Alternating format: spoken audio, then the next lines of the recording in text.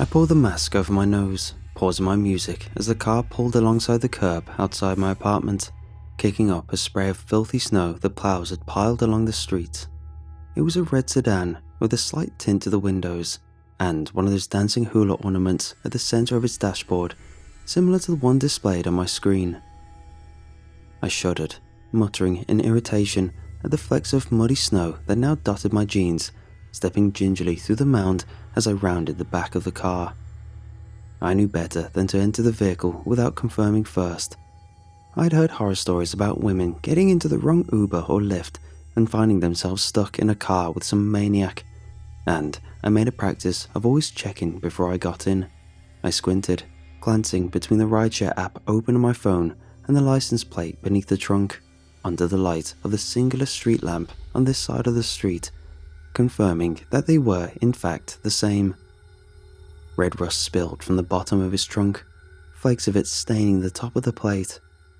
A breeze sent another icy chill down my spine, and I hurried to open the back door opposite the driver's side as I slid into the vehicle.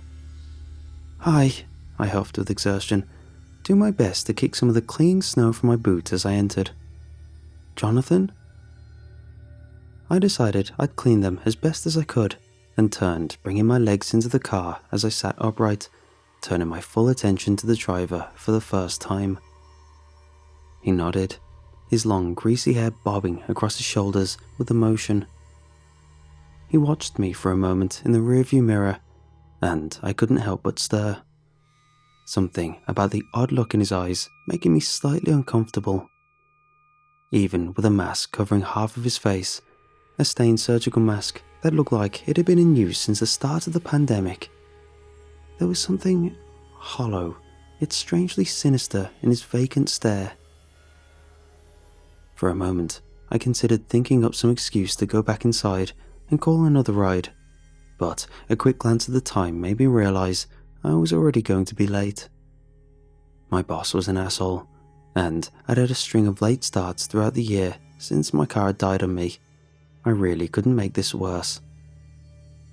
I took in a breath, clutching the pepper spray and my keys for affirmation as I closed the door. My eyes watered as the smell of the car hit my nose, and I almost climbed out from that alone.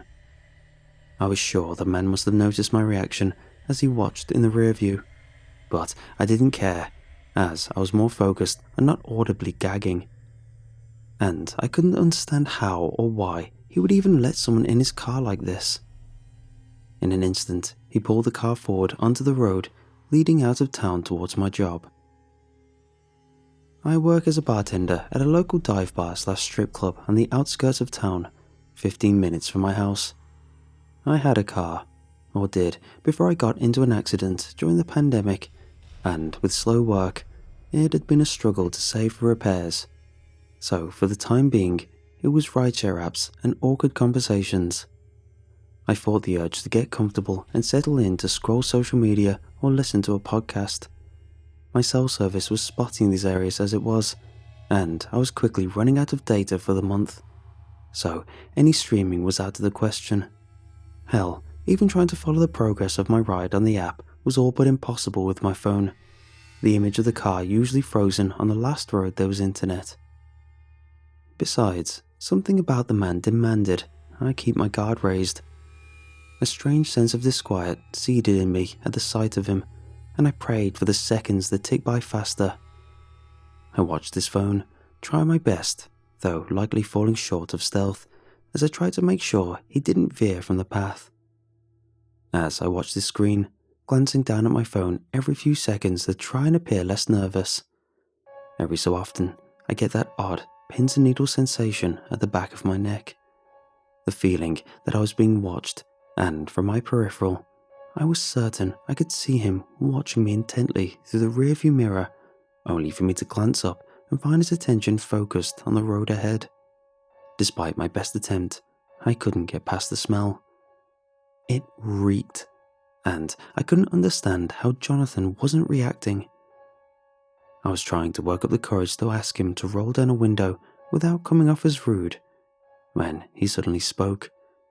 His voice was low and raspy as he read the name of my bar out loud. "What are you doing somewhere like that at a time like this?" he asked, the question devoid of any semblance of genuine worry. "It's late. Almost midnight." He tapped the time on the dashboard. "Someone waiting for you?" The question sent a chill down my back, and I could feel my hackles raise at his probing nature. "Yes, my boyfriend," I answered far too quickly. I thanked God for the mask, certain that without it, he could see the lie in my face. Even with it, I wasn't sure he couldn't as he peered through the rearview mirror. I glanced out the window to my side. We were on the freeway nearing my job, about 10 minutes away, empty road and trees speeding past. I couldn't ask him to let me out, but that was its own frightening prospect, and the fact that the road was all but empty at this late hour made the idea even more uncomfortable. I held back a sigh. We were getting closer to my job, and he seemed to be sticking to the GPS.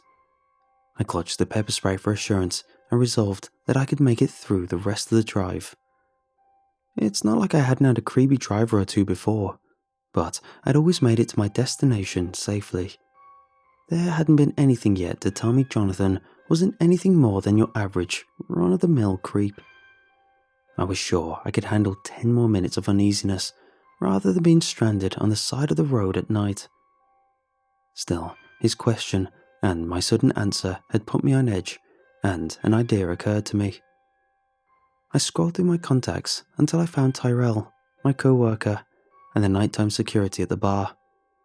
He was the closest thing to a friend I had, and a tall, imposing veteran. The phone rang once, twice, several times as I pleaded mentally for an answer. "Hey, this is Tyrell." My heart leaped.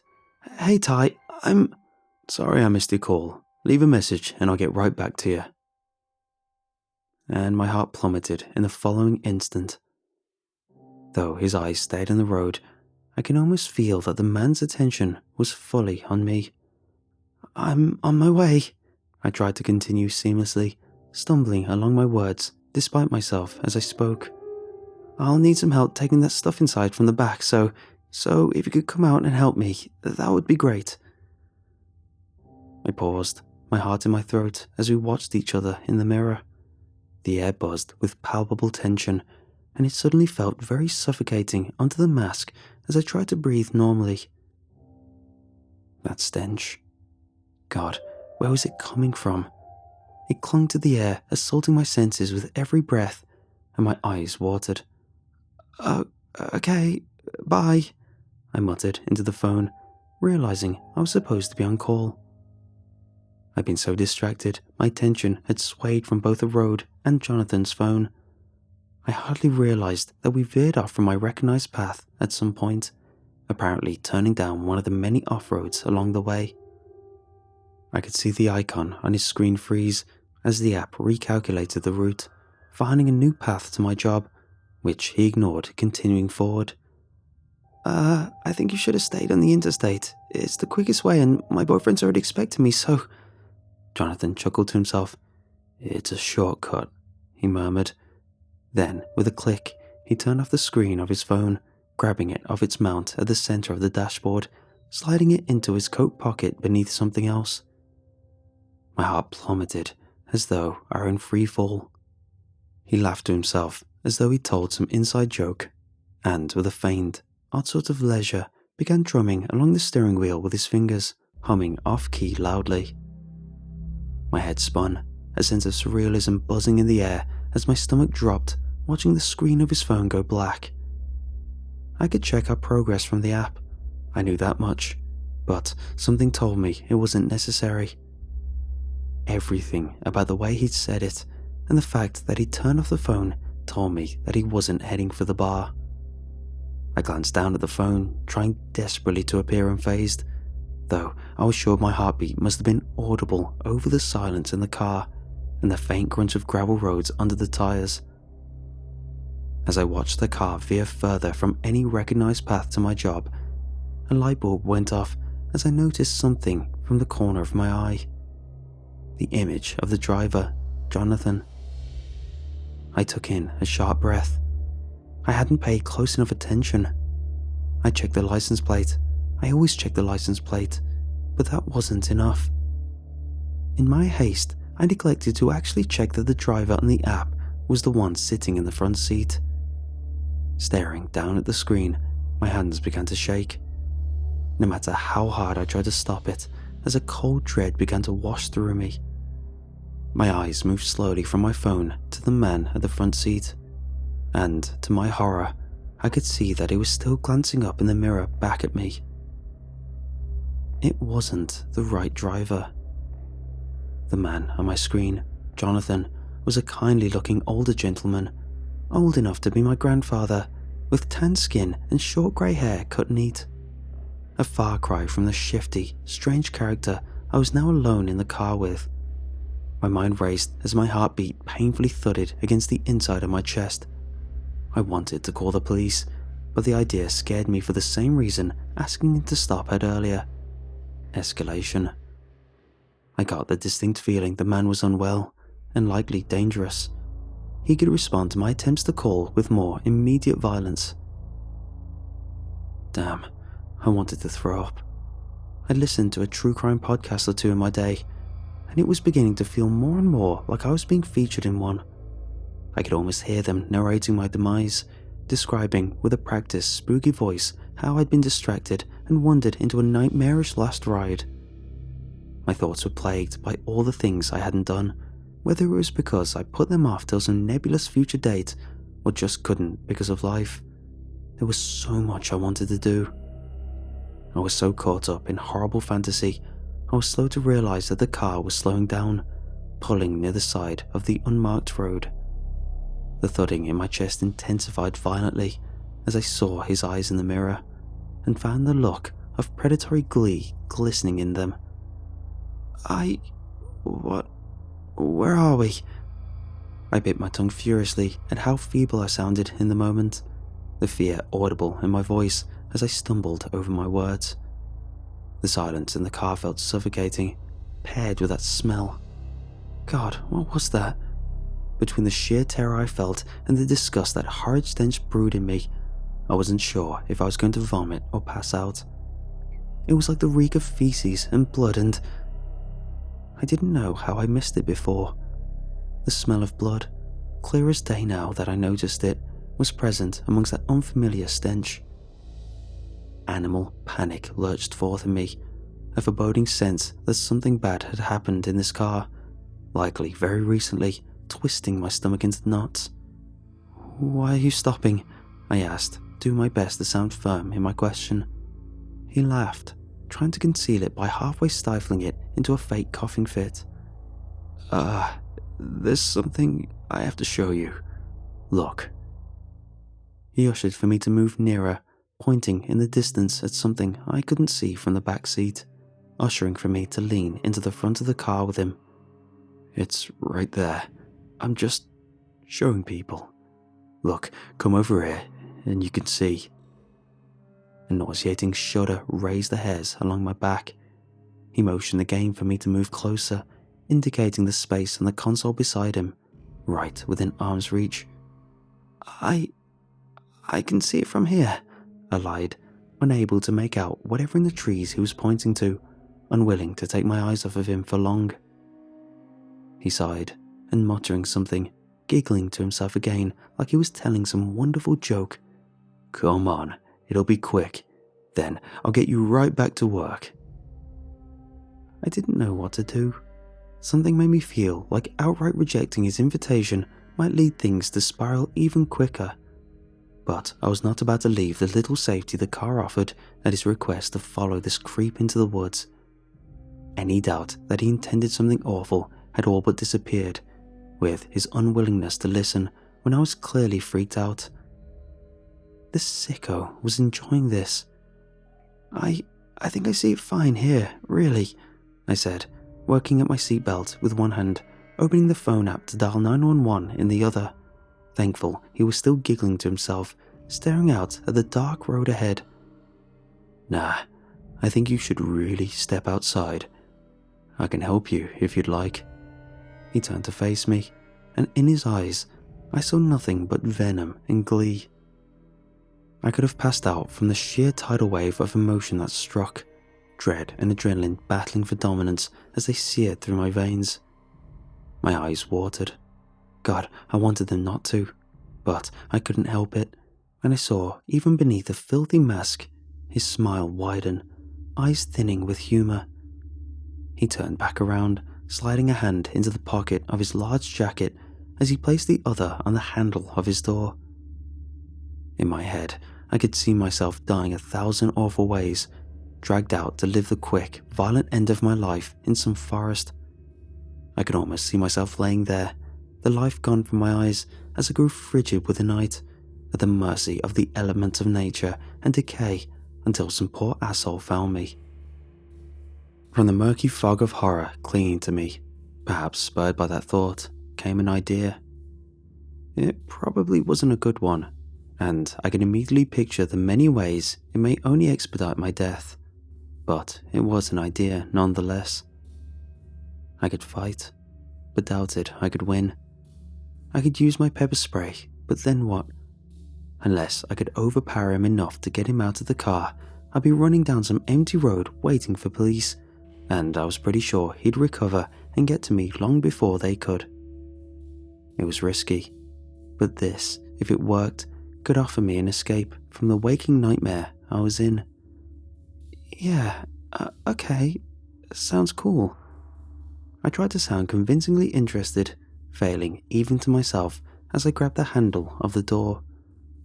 I swallowed, feeling almost nauseous from anxiety as he watched me through the mirror, eyes narrowed. Still, it appeared my answer was enough for him. I guess whether it was genuine or not, we both knew I had no other choice. Muttering a silent prayer for the first time in years, I pulled open the door, stepping out of the car. I engaged the door lock, then closed it behind me, the sound ringing with a potential finality. The night air had a bite to it, frigid with a stubborn breeze that sent pins and needles through me. I had to be quick. I stepped away from the door, moving forward nearer the passenger side, glancing out in the direction he'd pointed, confirming my suspicion. There was nothing out there. Nothing but trees and more trees. I heard the driver's side door open and shut behind me, and turned to see him rounding the car. He was tall, taller than I'd expected from his sitting position, his legs casting long shadows as he passed the car's headlights. My heart pounded, and for a moment my body seemed to lag before some animal part of me screamed to move, adrenaline spurring me forth. I gripped the handle of the door, pulling it open as quickly as I could move, and throwing myself inside. I shot a quick glance out the windshield and saw him freeze, then stop, slamming both hands on the hood of the car with a thud, and with a look of fury in his eyes, made worse by the shadow the headlights cast. As he did, something in his hand caught the light, casting a glint. He had a knife, a long blade fit for some sort of butcher, already used by the looks of it. "Get the hell out of the car, I'm gonna gut you if you don't open this door," he cried out, a sound much like a furious animal, and hurried to the passenger side door. I locked it as quickly as I could move, recoiling away from the window as he slammed his fists against the glass, which cracked slightly where the hilt of the blade made contact. I screamed, a sound almost unfamiliar from my own mouth as he slammed his fists into the window again in a rage. He stared at me, eyes almost bulging out of his head with anger, veins visible on his pale neck, then glanced at the door I'd just come out of, tearing at the handle. I had locked it. The feeling of relief at my foresight was like a salve on an open wound, only to be replaced as I watched him beginning to round the back of the car. I hadn't locked the other door. "No, no, no," I cried, my voice raw with pure panic and defiance. I crawled over the center console, slamming my leg painfully against it in the process as I dove desperately for the power door lock on the driver's side. Our hands made contact at the same time, his on the handle, mine on the button. The split-second difference in the time it takes to pull the handle versus the push of a button made the difference between life and death. The doors locked with a satisfying click, and I turned to see the man who wasn't Jonathan's eyes widen with a look of fury, shock, and worry. He reared back and kicked the driver's side window with enough force that his leg made it through, the bottom of his boot barely an inch from my face, but it didn't manage to fully shatter it. He strained for a moment to pull his leg free, muttering a string of expletives and threats at me as he pulled against the glass, which tore at the legs of his stained jeans and drew nauseating amounts of blood in the process. Shock held me in place for a moment as I tried to blink myself back into action. My eyes fell on the keys, still in the ignition, and I glanced back at the man trying to pry his leg from the window. He watched me with hate in his eyes, gripping the stained blade in his hand with white knuckles. "I'm gonna kill you, Tracy." It shook me somehow, more than anything, to hear him say my name, and I wondered for a few horrifying moments how he had, before I realized he had access to the app. He'd been on Jonathan's phone and would have seen the passenger's name. He groaned with exertion as he pulled, freeing his leg to the ankle. "I'm gonna reach in and get you." I had heard enough. "Here, let me help you." I pulled the car from park to drive and hit the gas. "No, wait, no!" His words were cut off as the car picked up speed. There was a sickening crunch and a spray of blood and broken glass as most of the window gave way and the man's leg met the car's frame at a devastating speed. His roar of pain was just barely audible over the roar of the engine as I sped down the gravel path. I hit the brakes a few hundred feet up, glancing down at the map on the rideshare app still open on my phone. The road was a dead end. I would have to turn around. I maneuvered the car around as quickly as I could manage, desperate not to pull off into a ditch. The headlights illuminated the road, and I peered out, expecting to see the man in pursuit, dragging himself toward, if need be, blade in hand. But the road was empty. There was nothing to even indicate he'd been there at all, but a pile of glass on the road, and some blood. "Screw this," I breathed, still practically hyperventilating with panic, and I hit the gas. The road was dark, illuminated only by the light from the car, but I didn't slow down until I was on the main road, frightened as if somehow I was sure the man would follow me on foot, no matter how unlikely that was now. The roar of the engine faded into the general chaos of my thoughts. The sounds around me seemed to echo as I stared out at the road ahead, laughing and crying to myself. I'm sure I would have looked like a maniac to anyone who saw me, but the road was mostly empty. I began to shake as the adrenaline started to fade, my stomach rumbling ominously with the sudden nausea I felt as reality set in. I had almost died tonight. I eased my foot on the gas, realizing I was nearing 100, and fumbled for my phone, dialing 911. While talking to the dispatcher and filling her in on my experience as best as I could in my state, I got a call back from Tyrell, followed by a long string of texts asking if I was okay. Apparently, I'd sounded as scared in the voicemails as I'd felt, and it sent a strange chill down my back knowing that man had heard me like that. My breath came quick and heavy, and I almost gagged yet again at that putrid reek, rolling down all the windows to try and clear the car of it. I'd almost thought it was coming from the fake driver, but now that he was gone, I was sure there must be something else. Morbid curiosity began to arise with something like awful realization. I'd finished with the dispatcher by the time I pulled into the parking lot of the bar.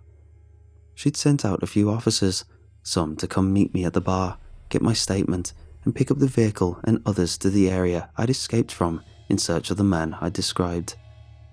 Tyrell stood outside, holding his jacket close around his neck. His demeanor shifted immediately upon seeing me and the car, the window shattered and blood staining the glass and streaking the door. I'm sure I didn't look much better than I'd felt. "What the hell happened to you?"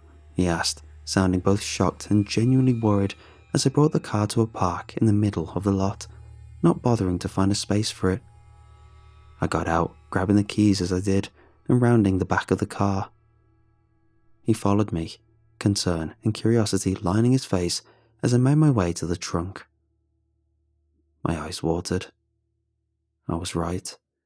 The smell hit me strongest standing outside the trunk, and I saw Tyrell's face screw in disgust. "What the hell is in there?" he asked, coughing for a few seconds as though he might puke, only to spit. "Something bad, I think. I'm pretty sure I was going to be in there." He gave me a look that was unreadable, and I didn't offer an explanation, a new sort of horror bubbling within me with realization. I slid the key into the lock of the old car's trunk, turning it with a click, swallowing hard against the lump rising in my throat. I opened the trunk. The air that rushed forth was warm and moist and rancid, like an oven filled with decaying meat. I staggered back, blinking wildly against the watering of my eyes. "Oh my God," Tyrell breathed. I wiped the moisture from my eyes and looked into the trunk. My mouth fell open and my stomach flipped as I saw it. Stuffed into the back of the car were the remains of Jonathan, the actual Jonathan, whose picture I'd seen on the app. His face was a chalky white, mouth agape in a permanent expression of horror, and where there should have been eyes, instead were empty pits. A long gash reached from the bottom of his chin to his groin, splitting him down the middle, spreading all manner of contents throughout the insides of the trunk, made worse given the awkward position in which he'd been made to fit. Random cuts lined his greying skin, odd fingers or toes missing from his hands and feet. My heart hurt for the man that I'd never known, his last moments having been filled with nothing but the needless cruelty of a maniac, and a part of me mourned for the version of myself that didn't escape.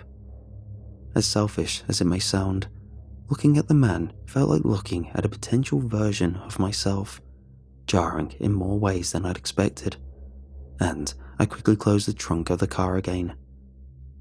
I shut my eyes and held my mouth closed, swallowing hard against the rising bile I felt, and turned to Tyrell. "Let's go inside. Cop should be here soon to get my statement, and I need a drink." He nodded, eyes still wide, casting another glance at the trunk before leading me inside. The cops showed up not too long after, though by then I was already a bit buzzed. I'd survived an attempted murder, and there wasn't much more information I could give that I hadn't already. I spent that night at my sister's house, my boss offering me the rare night off due to my event, as he called it, and Ty offered me a ride as I was in no mood to call an Uber, taxi, or anything of the sort. The following days went by in something of a surreal blur. I took call after call from friends, acquaintances, people I'd met once at a party, and the like, all feigning concern in an attempt to hear the story from me. At some point, I returned home, feeling self-conscious about burdening my sister and her husband, and returned to my apartment. Between all of the gossip-seeking calls came one call I was waiting for. It was from a Detective Howard at the local police department, the man in charge of my case. I'd been cleared of any suspected involvement almost immediately, as the body of Jonathan Derry, as I come to learn his name, was several hours old by the time I'd stepped into the vehicle, and his car had been taken hours away from the city he lived and most commonly drove in, all the way to our little town, likely by the man I'd been in the car with that night. They didn't have any clue as to the man's identity, as by the time the officers had arrived, there was no trace of him besides his blood in the pools of glass, and my description of a guy with greasy long hair would only be so helpful, given a person on the run is likely to change their appearance, a haircut usually being the first solution.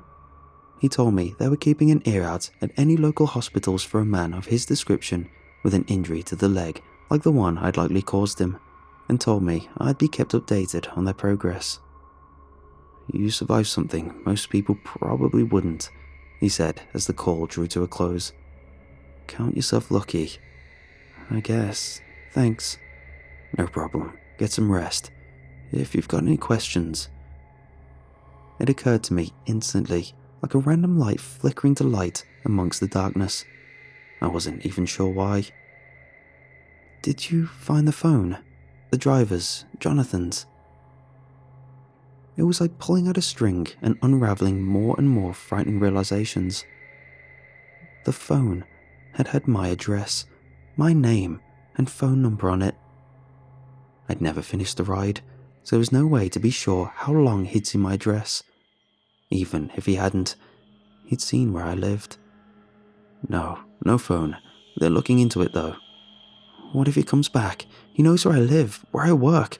What if he comes back? The words left my mouth almost mechanically, my breath catching in my throat as a familiar anxiety returned. Then you call us. That's not likely to happen. We've got no reason to believe he'd stayed in the area. You're safe. He didn't sound convincing. Again, if anything happens, call us. Okay, thanks. I couldn't think of anything else to say as the call clicked to an end. The last few days have been passable. Ty has offered to drive me to and from work, which is fine for the time being, but I live out of his way and I don't want to impede for much longer. There's been no sign of that man, outside the recurring nightmares riddling my restless sleep each night. But every time I see an unfamiliar car slow down outside my building, my heart stops, which is all too often in an apartment complex. That's why I'm telling you this. It's both a warning and an attempt to get this out of my head, so maybe leaving it here will help. That man, whoever he is still out there, and I'm sure there are others like him. If you use ride-sharing apps, Uber, Lyft, hell, even taxis, and the driver ever makes you feel uneasy in the slightest, trust your gut. It's better than what the alternative could be, what it could have been for me. It's better than living a life looking over your shoulder.